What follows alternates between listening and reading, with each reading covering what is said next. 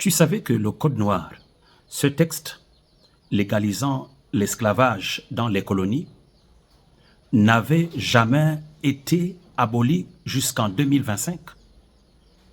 Alors j'explique. Colbert, qui était un des ministres de Louis XIV, va donc ériger un code noir juridique pour réguler l'esclavage.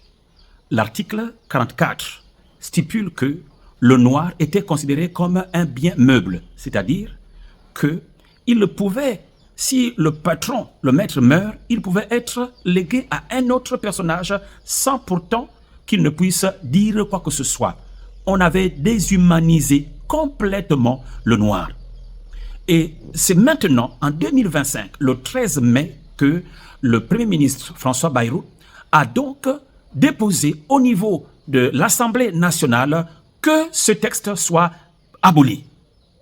Rendez-vous compte, dans le plan juridique, nous pouvons comprendre que pour l'impérialiste, le noir était et reste comme ce meuble. Pourquoi? Parce que juridiquement, rien n'avait jamais été annulé. Vous comprendrez aisément pourquoi est-ce que l'Occident considère que tout ce qui appartient au noir, entre griffes, au nègre, mais n'est que rien d'autre que pour le maître, et qu'il a le droit de dire à son sujet de faire ceci ou cela, parce que celui-ci est un bien meuble et qu'il peut le déplacer comme il le veut.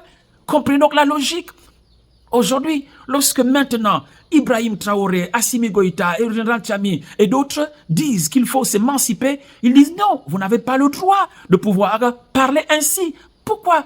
Parce que vous êtes des biens meubles. Vous êtes considérés comme au même titre que des objets qu'on peut déplacer. Vous êtes notre héritage. C'est grave, n'est-ce pas? Et c'est pourquoi il est de notre devoir, aujourd'hui, que de s'émanciper et de dire, c'est terminé.